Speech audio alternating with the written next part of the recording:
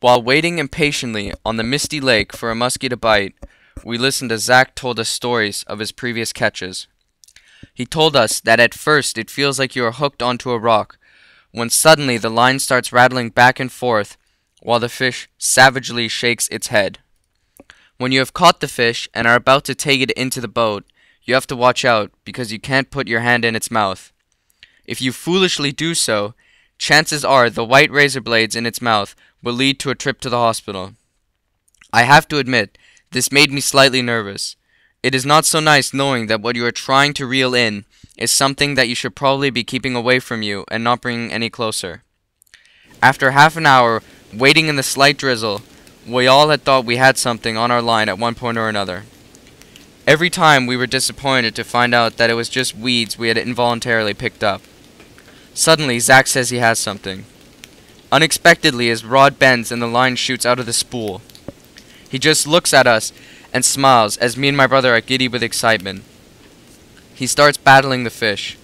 We see it lashing its head and it even jumps out of the water to show us its majestic figure. Zach turns to my brother and says, "Want to have a go fighting this guy?" My brother reaches for the rod and finds a good position to reel him in. "I've never felt anything like this," my brother exclaimed with excitement. Everyone in the boat was soaking wet, but there were smiles all around. I decided that I would let my brother reel this one in, because I could see his enjoyment. My brother was cranking away at the reel of the rod, trying to get the fish under control. Every time we thought that we were about to get him, but then he just exploded with energy, and the fish ripped the line right back off the reel. After about 10 minutes of fighting, the fish started to slow down. The head shakes were far less frequent. Zach turned to us and said, "Let's bring him in." I looked at my brother. Zach went over the procedures that we were going to do in order to safely get the fish in the boat, measure him, take a photo, and then safely release him. We usually did this with great ease when it came to any other fish, but there was an edge to things this time thanks to the muskie's giant teeth. My brother gave the reel a few more good cranks, and then we saw the fish surface right next to the boat.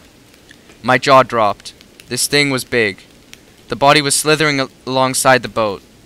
The fish gave one last shake of the head, and then we all held our breath as Zach reached for the fish's gills.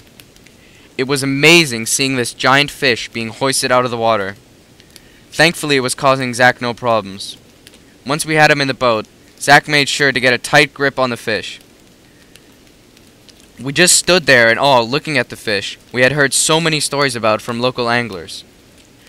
We were now part of an exclusive club. We didn't have much time because the fish had to get back in the water. We put him up against the tape measure.